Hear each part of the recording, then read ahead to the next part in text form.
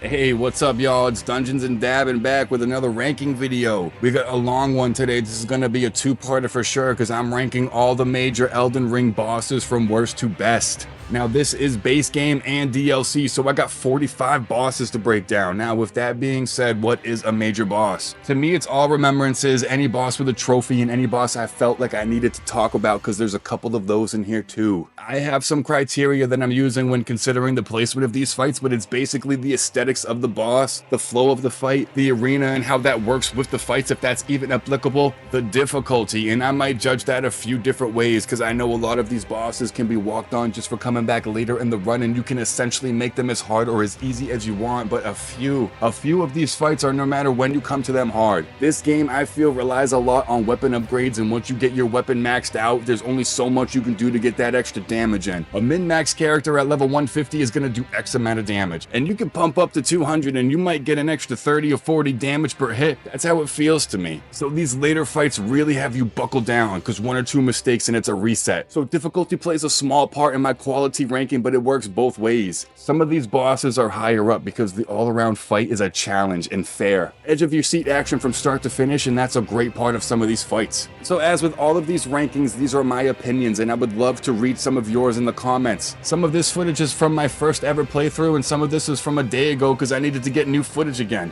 Long story short, I did my original run on PS4. I go to log in to get my footage to find that my lovely children put coins in the disk drive, and now it only starts in safe mode. So like any other person would do, I stayed up 6 hours past when I should be going to bed just to run through all of Elden Ring, all side quests and secret bosses just to get the footage I already had. I will laugh about this later. So without further ado, let's get into my ranking of the Elden Ring bosses from worst to best. Number 43, in a well-deserved placement of the worst boss in Elden Ring, we have the Godskin duo. These shitbags really know how to rub me the wrong way. So the duo that we're referring to are these two, the Godskin Noble and Apostle, which are bosses that you already fight and may already not like them. Now you gotta fight both of them and you gotta kill them each twice. Each on their own I feel are formidable opponents who I will be talking about later on this list, but honestly the duo to me is just a shit fight. What are the criticisms exactly? Well, one, you have a fat guy and a skinny guy, and first thought is always one guy is fast and one is slower. To kind of balance out the flow, but you have two quick bosses with flash punishing attacks. I really think the way to go about this fight is to get some space, jump attack, back up and repeat, and pray that you get a stagger at the right time. Now think about what I just said to you. Does any of that sound fun? I thought fighting them with sleep pots was a lot more enjoyable, but then you skip the entire fight. If you engage with any one of these freaks, like actually engage, you get ass blasted by a fireball or triple poked by the Noble, who has phenomenal fencing technique, by the way. The pillars are a must in this fight. You're gonna keep the pillars between you and the Godskin you're not fighting. It's just for some extra protection, but also is great for when Noble does his belly roll because that will do some damage. Luckily I didn't get a long roll this fight, but seriously, sometimes I feel like he can do it for 20 seconds straight, pause for a second, and then do it again. The RNG is really all over the place. Just like a few fights on this list. You know, once you start getting into these big, vast, expansive movesets, you're gonna run into battles where it seems impossible to do a thing. It seems like they had an idea for this fight. The end result wasn't what they wanted, so instead of scrapping it entirely, they put each Godskin out there as individual bosses so you can at least come into this fight knowing some of its movesets. Or it wasn't anything like that, and what we got was a poorly designed duo fight that enrages me to the point where the satisfaction of beating them does not outweigh the stress. F tier. Here we have a boss that actually sucks to fight. For me, this is the lowest of the DLCs, the shit of the shit. Commander Gaius. Because on paper, this shouldn't seem like an over-the-top difficult fight, but when all of his startup animations are faster than your cooldowns, it becomes a trade for damage, and don't even think about healing either, because he'll just charge at you and there's an 80% chance he's gonna take back most of that heal. Hey, listen, I'm all for aggressive bosses, but this guy takes the cake. You know, I thought it was my weapon that was giving me problems in my initial playthrough, but it turns out that even with two great axes, he's still slipping my attacks like he's Money Mayweather. It's not that all of his attacks are hard to dodge. It's that all of them are coming at you at a blink of an eye and you gotta read and react. Do I hit him? Do I regain my position? Should I heal? I really haven't found a legitimate healing or attacking window in this fight. It really seems like I get a hit in while I can, but still either get hit back or lose position and stamina, and now I'm opened up for an attack with that 8-hit wombo combo that he does. I mean, most of this is my fault. I'm super aggressive myself, but holy shit, this guy is the Thumerian descendant from Bloodborne. but you can't parry him. I found myself just tanking the whole first phase, and if I could get 3 or 4 jumping attacks off quickly, I could stagger him, riposte, then get another jumping attack in and then heal before his phase transition. But what is the fun in that? When you have to streamline your tactics so much you're basically a robot doing the same shit over and over. This might be a fun fight for some people, and me, I want to like this fight. As far as Gaius, I like the look of him. Not the worst design boss aesthetically, but take the shape of Gaius and add a 2-meter box around him, and that's his hitbox on his charge. It feels like the game does not want you to win this fight sometimes. With the constant array of attacks that'll shake you up once you start buckling, it's hard to recover. Fuck this guy. Alright, next up I have a fight coming from the DLC, and it's one that I didn't cover in my hardest bosses ranking, but one that I definitely feel needs to be talked about.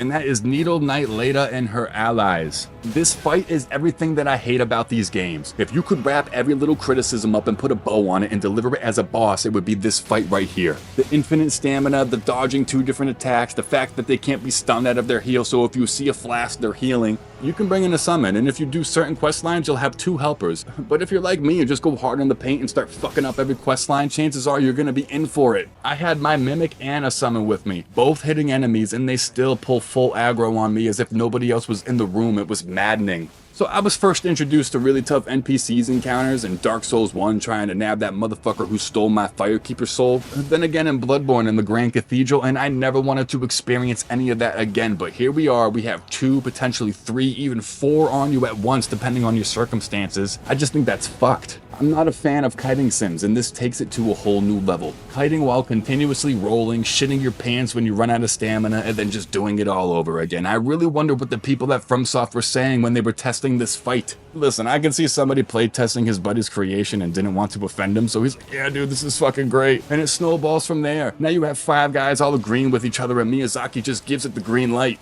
That's just how I see one instance of it going down. Either that or it's truly intended to be a stressful encounter, and my counter to that is, why do you hate us? These quests are so convoluted and vague that I can almost guarantee you're gonna get the hard version of this fight. As long as you can take one down before the other spawns, you're okay. Just remember that everybody will be aggro to you no matter who you have on your side, so even though you see an enemy charge an attack and isn't phasing you, it's coming for you. At least that was my experience. Not a fan of this fight, and I wish it was slower paced, but you get what you get. A bunch of shit. Alright, next up we got a boss whose difficulty relies on if you fight other bosses, then relay all their dirty little secrets back to him, and that's Sir Gideon Othmere, the all-knowing. But regardless, I've only seen him as the all-annoying boss with infinite FP who spams long-range magic spells while constantly having homing missiles above his head just in case you get the crazy idea to get close. Really, this guy is the all-knowing, and you know how know-it-alls are usually douchebags, right? This guy is that douchebag in a nutshell, only interested in himself, reading his books all smug and rubbing all of his knowledge in your face. I'm not a fan of these types of fights at all. I've never had a fun fight with Gideon. It's spell, spell, spell, sometimes 2, even 3 at a time, mixed with his spell that explodes after doing too much damage to him, his homing missiles in addition to his homing blast, his fire frisbee boomerangs, blood attacks, and even more. This guy does it all, and all of it so quick that it's difficult to get near him. The counter to that is his health is so low that it only takes so many amount of hits to down him, but he can heal, and again, I don't know if it's just me, but finding a single window of opportunity always lends in me losing X amount of health or dying altogether because I'm hit with multiple spells. This guy should not be this hard. 6,000 health, low posture, can be backstabbed, parried, but still, the mixture of his casting time and the types of spells he's casting make it a tough trip for me back to the Erd Tree every time. And while it is the easiest boss of the last 4 that you face one after another in the endgame, it is definitely the worst and one I am never in the mood of returning to. Fuck you, Gideon. If I had the chance to swing my weapon in the round hole table, I would charge up a 2-handed hammer throw first time being introduced to you every time. We're both tarnished. We're supposed to have each other's back. Now I'm in a good position to become Elden Lord, and now I'm not worthy. Well, it was nice knowing you, Mr. All-Knowing. Alright, back onto the DLC train. I have the Putrescent Knight as my next entry. So getting to him isn't too tough. If you explore enough, he can be accessed quite early into the DLC, being in the Cerulean Coast. But actually getting him to sit still for just 1 second is another problem. Dude, this guy has a story and I want to find it out. Imbibed by the nectar of Saint Trina and turned into this thing, he's Saint Trina's knight. Trina and Mikola share a bunch of similarities with their ties to slumber, not really having a gender, having childlike features. There's something there that needs to be covered, and I'm curious. As far as the fight itself, for me, it's really exactly what I do not like in these new bosses. He's got quick attacks 1 second and long windups another. Combos with different time dodging that include his horse with all different angles. It could be disorienting if you don't have the timing down. But once you do get the timing down, that is the easy part, because you can dodge every single attack, but he literally just does not stay still at all. He's swinging at you and he's riding past you and he'll pass you. Come back around, swing a couple of more times, you're dodging and he'll just ride away. But seriously, I don't know what they were thinking with some of these DLC bosses. This is not fun for me. This is easily some of the most rage-inducing shit battles I've ever seen, and it's unfortunate to have these fights in such a great game, but I mean, come on. There's something wrong when you have a boss that's only hard because you cannot hit him. Not fun at all. Throw in his second phase magic AoE and you find yourself scrambling around to do something productive. I feel like I can get him down to second phase quite easily, only using a flask or two, but after that, once the pressure's on, I fold. If you're away, he's sending magic frost out at you, and once you're close, he's gonna send that shit back at you. So it's a constant questioning of when these AoEs will come out, which subsequently deteriorates my ability to dodge correctly. This boss has had my number on numerous occasions, and I'm glad to put him behind me until my next playthrough. I don't see many negatives when reviewing this boss. There's just one huge glaring issue of his ability to move so freely without giving any windows to retaliate. Really, the best way to go into this fight is just to sit still. If you can dodge enough attacks, you'll eventually get an opening, but don't chase him. Seriously, calm this fucker down a tad and you might just have a decent boss here. But now he's anything other than fun and something I would have given a second look to when creating this guy, for sure.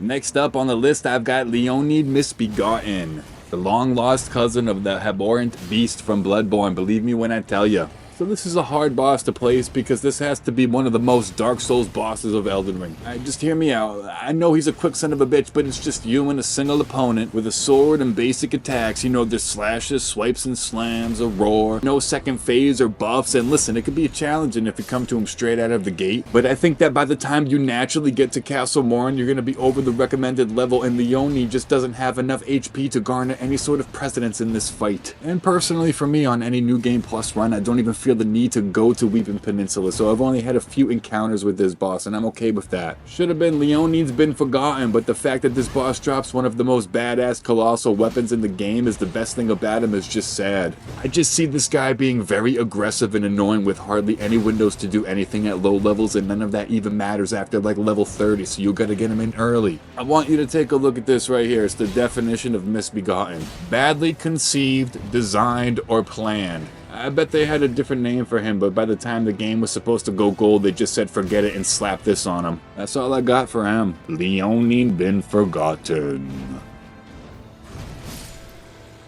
Alright, next up is a twofer. So we got Royal Knight Loretta as well as Loretta, Knight of the Halleck Tree. So to me, this is just Magic Tree Sentinel. Maybe a few extra tricks, but this is Tree Sentinel, give or take. And if you go into these fights with that attitude, with how many of them bitches you fought, it really doesn't feel too special. Certainly hasn't stuck with me the way others on this list has. I'd say first playthrough this boss could be a small issue while you're getting the hang of it, taking level into consideration, but still I don't see any of these fights being memorable in any way, shape, or form. And I would never see a need to go to Carrion Manor, but you do if you want to talk to Ronnie, so that's how they get you. Just know if you want any sort of challenge, the lower the level the better in my opinion. You can turn a 1-minute fight into a 3-minute fight and vice versa. I don't think it's poorly designed. I thought it was poorly thought of. It could have been much more than just the ghost of Loretta, and then Loretta in the flesh. By the time I've gotten to the Halleck Tree, I've already fought in some sort of variant of this boss several times, and I'm not even worried about it anymore. I totally disregard anything Loretta does and just focus on doing damage. You can see that's how easy this fight is. Looking back on all of this, I'm trying to figure out if there's any real differences between these two bosses' movesets, and I don't think there's any. Both of them have swipes, leaps, stabs, and kicks. Both have great bows as well as the glintstone phalanx and star spell, so really only difference is one's in the Halleck Tree and you'll be a higher level, so Loretta now has 10,000 more HP, so really that's it. Is the fight terrible? No, I don't really think it is, but it's boring and forgettable, and we fought in so many variants of this guy so many times that I really don't feel a need to go back to any of it anytime. Really can't place this boss any higher than it is. Royal Knight Loretta and Loretta Knight of the Halleck Tree, 2 in the 1, and with variants all over the place. Alright, speaking of ghosts, the next entry shies away from that a little bit by being its Golden Shade version. Next entry is Godfrey, first Elden Lord. But one way to think about these doubles is to think that this fight is a prep fight for the next time you see him and you've kind of been introduced to his moveset, but that might be a reach. Deep down it might just be a reskin, but whatever way you want to spin it, you're still looking at an inferior version of a later boss that I adored. So I have to place this boss where I place him. Only real memorable thing about this fight is that you get the last talisman pouch to complete your build. And until I fought Horaloo, I really liked this guy, so what does that do to him? It leaves him in the dust, because while the combos are fun to dodge and trade with, it's really the other version I enjoy. Right before you hit Morgott too, so it's nice to get two major bosses back to back, but they even do that better in the endgame too. What this fight might have going for it is Lendel, because exploring the royal capital is a great experience, and then you get to fight Godfrey, and for me this is all positive. But then I return in the later half, and while I'm not exploring the capital again like the way I was before, it's still a mini boss rush to the end of the game. It's epic, and it makes these earlier entries somewhat forgettable. Until you really think about it, it's like, why is this boss even here? You have X amount of boss fights, but only X amount of bosses, and this falls in the category of not needed. Alright, next entry is the first of a few bosses that I never found on my first playthrough. Mohg the Omen is a boss located deep in the subterranean shunning grounds, and he's a tricky bastard to get a hold of. You know, like those shifty fellas over at the corner store always playing Keno? This guy really is hilarious to me. Mohg the Omen, immune to bleed, right? But Mohg, Lord of Blood, is weak to it. Like, are you fucking kidding me? That has got to be some of the funniest shit to me. But for real, when I explored the subterranean, I thought I got to everything, and I had no idea what I had missed. I really loved the whole area when everything was said and done, because of all the shortcuts and runbacks and hidden paths that left me confused and running in circles and totally missing a boss. Seeing I had missed a few trophies and wanted to complete all of the bosses, I see I still have the Omen left on the list, and sure as shit, he's in the shunning grounds. I'm like, where the hell is he? Yeah, he's in a pipe. But it's not just a pipe, because I went down that pipe. You gotta go down one specific hole within that pipe, which leads you to the boss. And also the most insane parkouring you're ever gonna see in a Fromsoft game for a secret ending. This is a great area. I love the look of this guy too, but yeah, he's got the same moveset as the Lord of Blood, and it was challenging for me when I first met him and still getting back into it. He's got a bit of a slow wind-up on some of his attacks, mixed with the pick slams and the delayed pullout that I always seem to forget about every time. It's a slugfest. I wish this boss wasn't done twice. I like everything about this guy, but I'm going to be talking about him later in the list, so for now, this is where Mohg the Omen ends up for me. Sorry, Mohg. So right here is a returning issue for me in Elden Ring. It's these huge bosses that are quick to hit you with so many things you either can't see them or can't hit him. Dragonkin Soldier of Noxtella is a boss that has a barrage of attacks in his arsenal, and you'll see every damn near one of them in rapid succession. And depending on your level and what you spent your levels on, you might not have the defense or the HP to withstand them. On their own, his attacks aren't hard to dodge, but if you're looking on hitting his legs like I am, you might as well be sacrificing vision for damage. And the end result is getting hit with multiple attacks. Because he'll swipe at you, he'll slam you, he'll pull the ground out from underneath you. When I go into this fight, I try to stay underneath him, trying to avoid any of his attacks. If he's backing up, I'm going to expect him to charge at me, but it's right back to between his legs. That's phase 1, and when 40% of his health is left, he'll buff up with lightning and get wings and the ability to fly and throw lightning bolts at you, so it's even more of a shit show than before. If you're having any trouble in phase 1, you might as well get ready to be stun locked, because he'll toss his bolts on the ground, which spread out around you and will explode and cause frostbite, and he'll throw it down while you're getting hit by another one. So for me, it was constant pressure. If you can stay patient, this could be a fight that is a brawl from start to finish, because you'll be able to see what you're doing and act accordingly. But if you're just worried about doing as much damage and as fast as possible, I think you'll see this guy has a few tricks up his sleeve to counter that aggressive playstyle. The overall look of this boss and the arena aren't too bad. I actually like the whole second phase a lot with him flying around in his wings. I mean, he looks cool, but his pressure is going to leave you stressing. And you can see that I'm just hanging on by a thread here, waiting for the Scarlet Rot to do the job, because I was about to die to this guy. I really do love endings like this, though, when it comes down to the wire. All in all, it's not a bad boss, but seriously, depending on when you come into this guy, he could be super fucking annoying. All in all, a forgettable boss, and I really think that's a running theme in all of these earlier bosses. I really don't know what the issue is with them. I just feel like they could have been done just a tad better. Alright, so speaking of quick sons of bitches, we got a real Speedy Gonzales here. The big bad wolf of Radagon.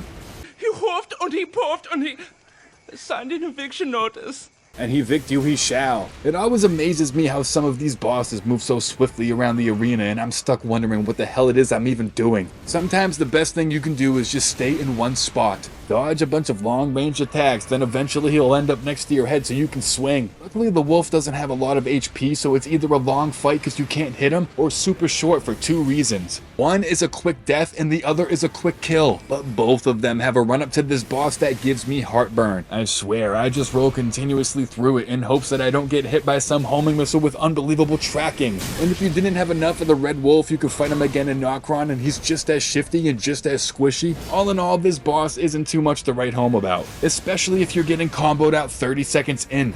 Learning the windows to attack is one way of tackling this boss, and praying for the right RNG is another. Like others on this list, sometimes he just throws out good attacks and it's an all-around better fight, or sometimes I've swung 6 times and haven't connected once and I'm out of flasks. If you're around level 30 to 35, just stay aggressive and you shouldn't have any issues with his low health, just keep swinging. But if you're running into this without much upgrades, I'm telling you, it can be a pain sometimes with how fast he is. Good luck.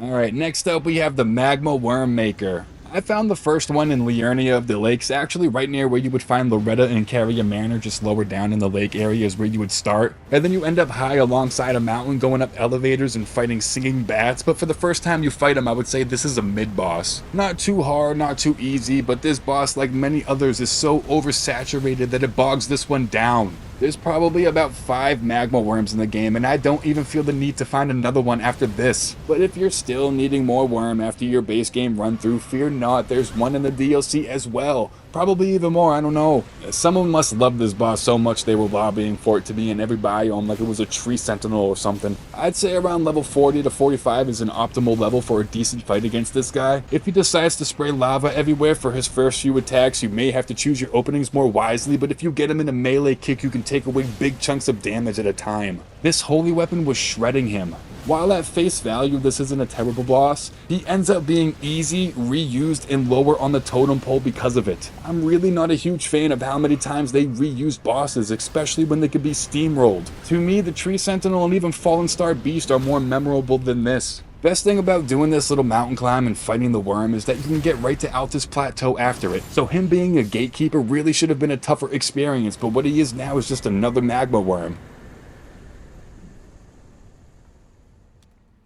Alright, so next up I have the Ancestor Spirits. I just want to get this out of the way before I go into this any further. So somewhere along the line, the development team at Fromsoft decided it would be a good idea to reskin bosses for the later half of the game. And in my opinion, they did a bigger, better job on almost all of them, and it really puts a damper on these fights once you get to see how everything ends. But regardless, this is what we get, so we end up here. Some of these bosses would be great on their own, or at least have the potential to be, but considering there's upgraded versions, these fights end up being forgotten, and Ancestor Spirit is one of them. So real quick, before I even go further with what I just said, I'm lumping both of these guys together with how similar everything is. The process of finding these bosses and getting to them was the best part about this battle. To me, at least, these were 2 fights that didn't need trophies attached to it. I know you have this huge secret area, you're lighting pillars to access the fight, and it's fun leading up to it all. They want you to explore the entire map, so they stuck trophies down there. And to be honest, the fight itself has some stuff going for it. The setting, music, the atmosphere, the colors, it's all calming. I actually enjoyed the experience.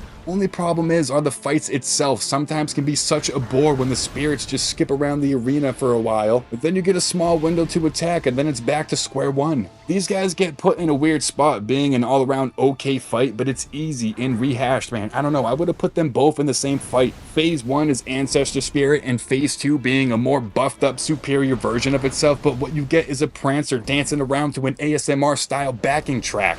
And even though I'm not complaining about it 100%, there just isn't a reason for me to call this the best boss of Elden Ring, or anywhere near it for that matter. With Nocron having such a good atmosphere with the stars and being in the setting and all of it, I can understand the bosses being calm to fit the premise, but with 4,000 and 6,000 HP, it's just nothing short of boring as much as I do like the vibe. Even with its healing ability, it's nothing to be scared about. I know though if these bosses were combined and the first phase was chill and euphoric and the second phase bringing out the regal to play, that's a battle I would have put a lot higher, but as of now it's just 2 boring fights at the end of the day. Alright, so now we got the Fire Giant. He's got the size, he's got the damage, he even has the mobility with how big he is. One roll and he's a football field away. So this guy is tough at the worst times. Try right at the end. Because not only does he have a monstrous health bar, in phase 2 you're basically doing no damage, so it's either try to bleed him out or hit him 100 times during a 4-minute second phase. Fire Giant is one of those bosses that will throw a fireball at you, toss an orb out, erupt fire from the ground and his mouth, and then when you're ready to attack, he'll roll away and now you gotta do it all over again. All the times I'm up and down, poor Torrent's gonna have shell shock. But regardless, with how much health he has and the way he moves, you're gonna be in for a longer fight, and an annoying one at that. See, his attacks are easy to dodge when you can see him, so it's either stay in front of him and try for the hands, when you can get a window, but I've never had any luck with that and I just head for the foot in phase 1. Knock his bracelet off, then this really isn't the issue, cause yeah, he'll be all over the place, but in phase 2 this happens.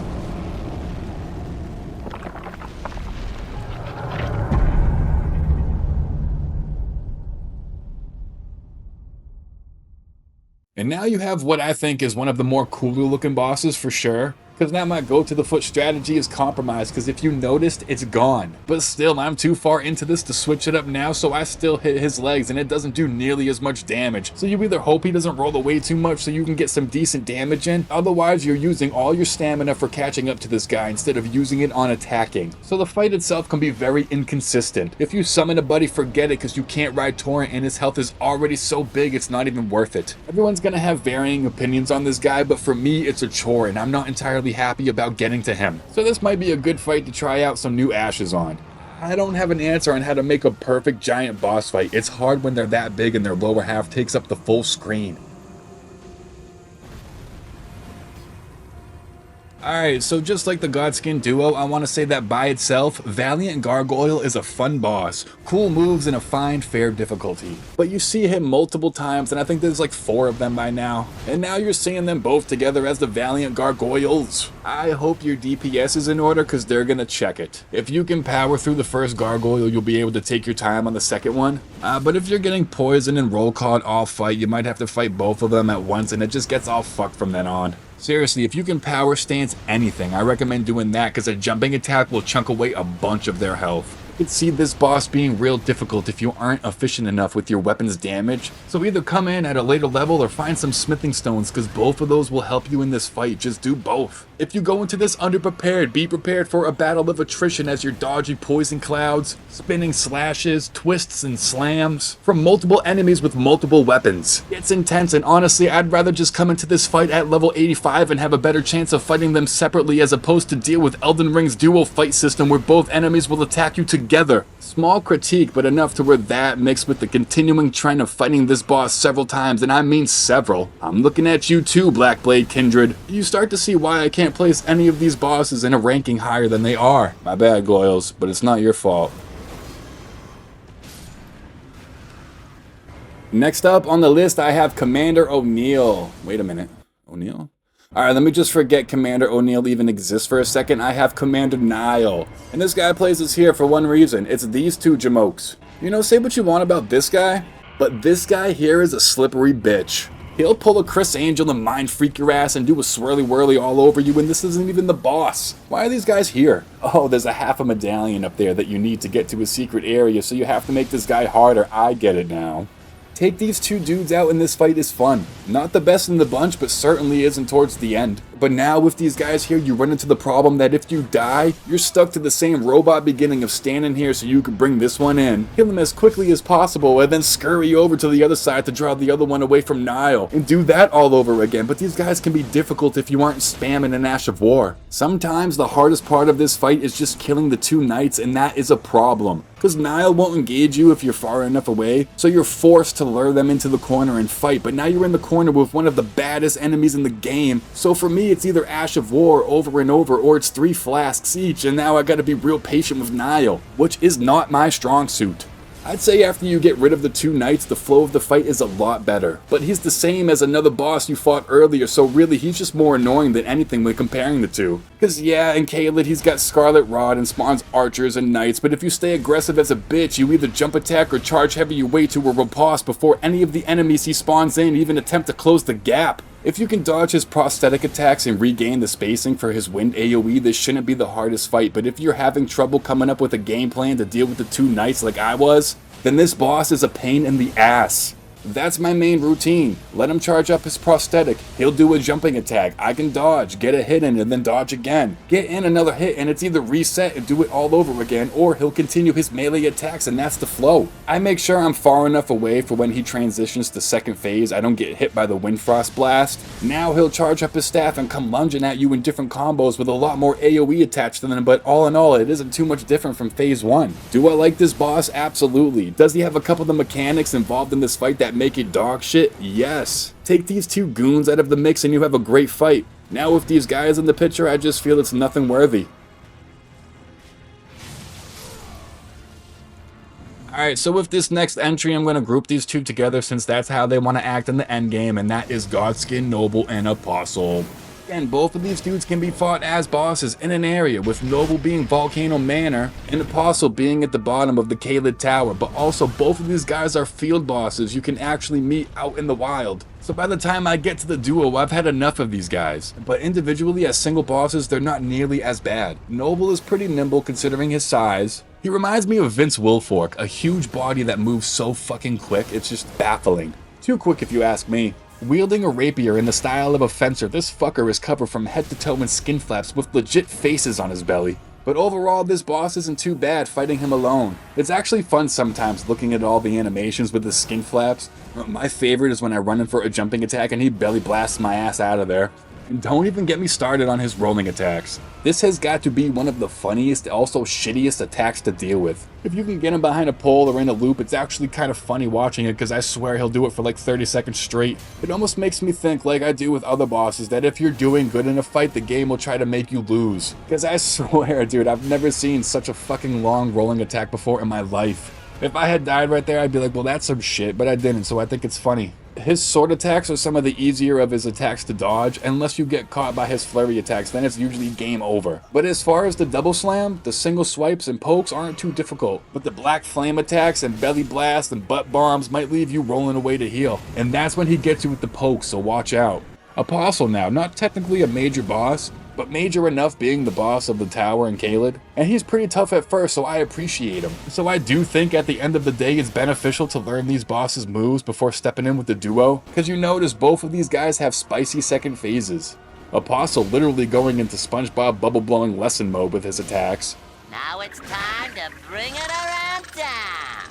Bring it around town. Then you do this, then this, and this, then that, and this, and that, and this, and that, and then...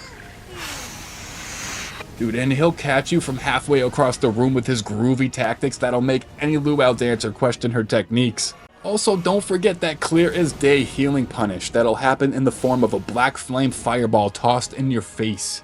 On my first playthrough, I can confidently say that both of these bosses gave me a run for my money. Nowadays, they aren't nearly as big of a pain as they were, but still, together they don't fit. I really don't want to put these guys so low on the list just because the endgame decided to stick these two Leatherfaces in the same room. Sorry, guys.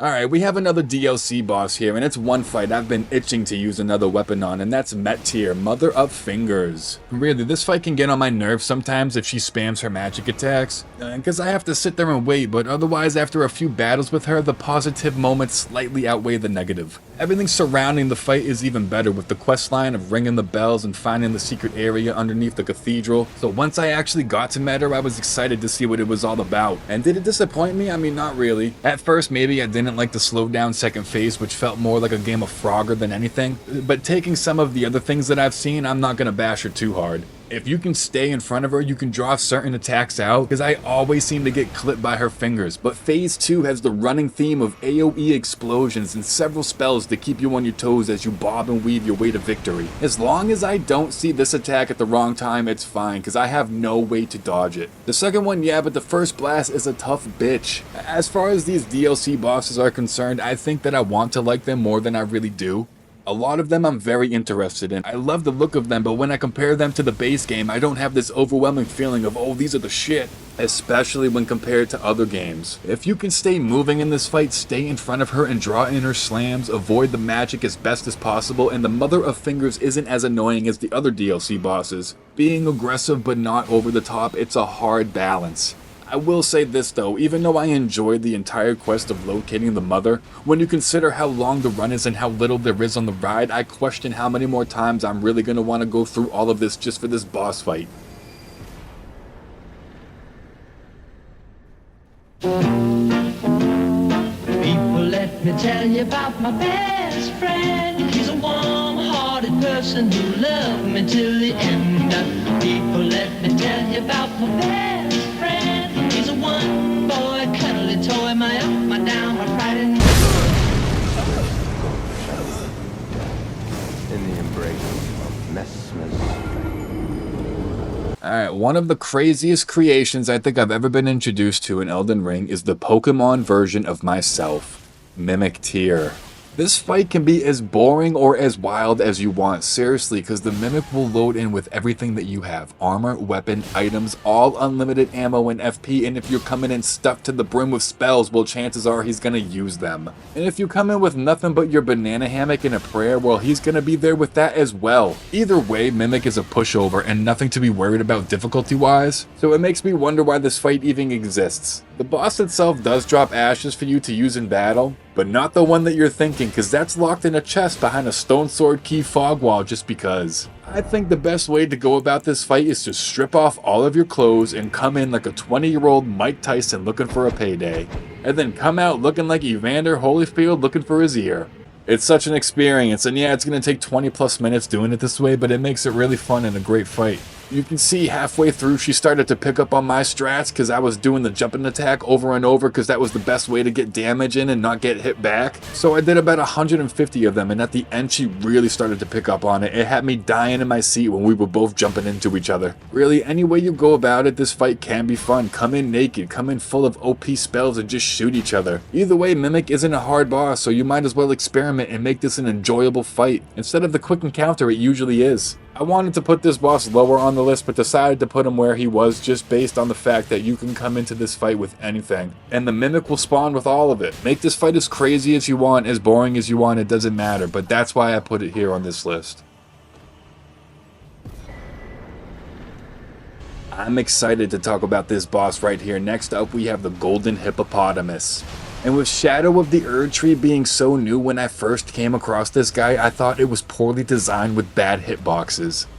And now after going through a few playthroughs, I don't nearly think as bad of the hippo as I did. Can he be annoying depending on RNG? Yeah, but once you get into the groove of dodging his melee attacks, being ready for his charge when you're at mid-range and reading when the holy quills are coming out, this fight has a flow to it that isn't bad. A fight with the hippo can be cleared in as fast as 1 minute and can last anywhere from 4 to 5 minutes, all because of certain builds and styles at the same level. And with this fight being able to be accessed fairly quickly into the DLC, it amazes me how just a few shadow blessings takes this fight from jank at its worst to noteworthy at its best. I've had some bad run-ins with this hippo's charge attack because of a few times I've been teleported, but I realized where the hitbox is, and even though I'm dodging through it, I'm still hitting the box, so I found the best way is to sprint left then dodge last minute, or even just stay running and you'll clear it altogether. Yeah, sometimes it gets weird. I mean, look at this real quick. This is just a few examples of what you can be subject to, but all in all, this boss isn't as bad as I initially thought. My main stream of thoughts throughout this fight is jumping attack, dodge, repeat, look out for his delayed slam, look out for the double slam, anytime his quills lit up, regain my spacing and react. Don't get hit by his giant rolling slam and I'm good. First impressions of the hippo, I was not impressed, aggravated and on to the next. But after some thought about the boss itself, I have to say it's enjoyable to learn this fight. My main concern was always the quills, and I just found that dodging backwards a lot of the time works. So it's a fight I found myself experimenting with, and that's always a plus.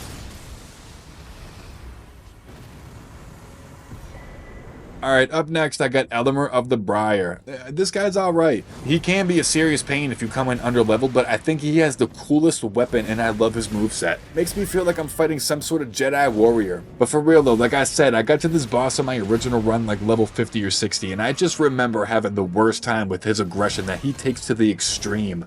His defense is higher than a lot of the bosses too, so you might have some trouble with this guy, because not only can he hit you from right in front of you, but as soon as you try to create distance, he's going to send his sword out and all types of crazy shit, and if you're not prepared, he's going to call it back and rip you a new one. He really does have a cool moveset. With the laser red all around him and barbed wire armor, it's pleasing to the eye. But he can be relentless, you know, it's like he's zipping his sword around, he's drilling it into your chest, he's pulling it through your ass, he's slamming his shield down, but don't forget the pullback, because I do too. First time seeing this guy, I'm like, what the hell is happening? After how many times I've fought him now, with how much I love the Executioner's sword, overall I'd say I'd like this battle with Elimar. With how aggressive he is and how much damage he can do if you're under-leveled, he definitely is a pain, but after some leveling and some time, I grew to enjoy the tangoing with him and watching this Yondu wannabe toss his sword around like a rag doll. I know who you are, boy, because you're me. And be a total badass doing it. If you can look past the extreme aggression, keep leveling when you have the runes, you might see that some of these bosses are better than initially thought, and this is definitely one of them for me. Touching on the last thing I just said, so Renala, Queen of the Full Moon, is a perfect example of a boss I did not enjoy in my initial playthrough of Elden Ring, but now I can say I do appreciate a lot about this fight. Alright, so first I will say that no matter when you ask me, phase 1 to me is a garbage phase. Just running around and hitting one student that lights up and the light will transfer to another one, and then you do that 3 times and then you finally get a chance to hit Renala as her bubble pops and she flops to the floor. Sometimes you can do enough damage to do this once, but it's unlikely, so you're probably going to end up doing this again. And it's just boring to me. So this is where I wasn't enjoying the fight. It's that once phase 2 starts, Renala comes out, and when you're fighting, she's casting spell after spell. I was chipping her down until she would summon a dragon, and I would get clipped by fire or a homing missile and die. And then I have to go through that whole first phase again every single time, which was irking the shit out of me. But other than that, I think the second phase is a whole lot better than the first. I think the real thing going for this fight is the arena and the spells she uses. I do really enjoy watching this fight. Once you know what you're doing, seeing her moves and then dodging the attacks is a nice experience with how visually stunning everything is. With the full moon in the back and the stars, I think we were walking on water or something, it's very distracting. But honestly, that makes the fight for me, and without it, I think it's lower on this list. As far as her moves, she's your classic sorcerer. You're gonna see some explosions, summons, star showers, glintstone pebbles, crystals, but that's all normal everyday shit, cause Renala, see, she's the queen of the full moon, so she's packing Comet Azure and the exclusive Renala full moon, which are very cool looking to say the least. I think this is a cool boss if you can get past the times that it isn't a cool boss. I can see how people may not enjoy this fight with how many attacks you need to dodge repeatedly, but after so many times fighting her, I've just grown to like it for what it is. Except the first phase.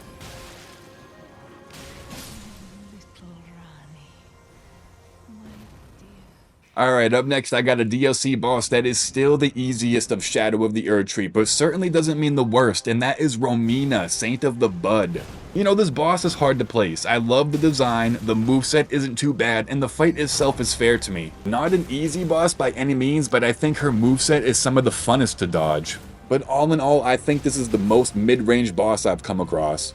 By the time you reach Romina, you've been introduced to quite a few intense battles already, and after Mesmer, this shouldn't be a moveset that's too difficult to grasp. Just doesn't leave the lasting impression on me like the other bosses in the DLC have. One thing I do want to praise Romina on is indeed the fact that she isn't an annoying boss. As much as I do like Elden Ring, I can't deny the ginormous elephant in the room that some of the newer boss design philosophies that are leaving the Fromsoft studio has me worried for the future of these games. The consistent and constant string of moves that you need to dodge 10 of them, and if you get hit at all, you need to heal. And by the time you heal, you're already getting hit by another long combo. It's not what I would call enjoyable. It is at times and when you're ready for it. Big major bosses with huge story importance, yeah, I can say make these dudes walls. But a random Godskin duo fight before Malekith, or some fucking NPC gangbang right before one of the most labor-intensive fights I've ever witnessed is insane.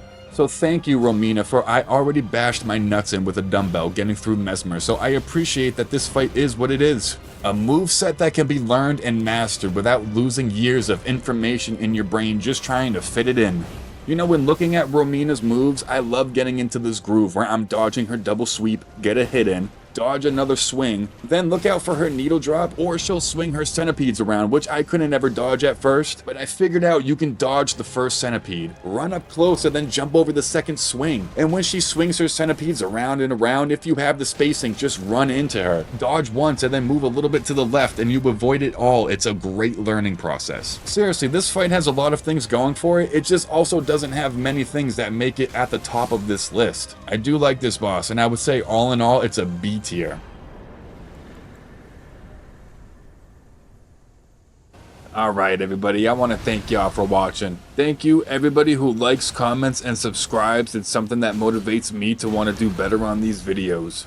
With this being the first half of the list, you can expect the second half out soon, breaking down my favorite bosses. This was a hard list to make. There were a lot of bosses to go through, and I know if I had made this list a year or two ago, it would have been a lot different. But after getting used to some of the things that I disliked or thought were hard, I now have a better understanding of what kind of bosses I think are quality in Elden Ring. That's just my opinion though, and if you have any thoughts, please comment them below. I will be working hard on my next video, but in the meantime, I hope you guys enjoy my list of the worst bosses in Elden Ring, and stay tuned for the best.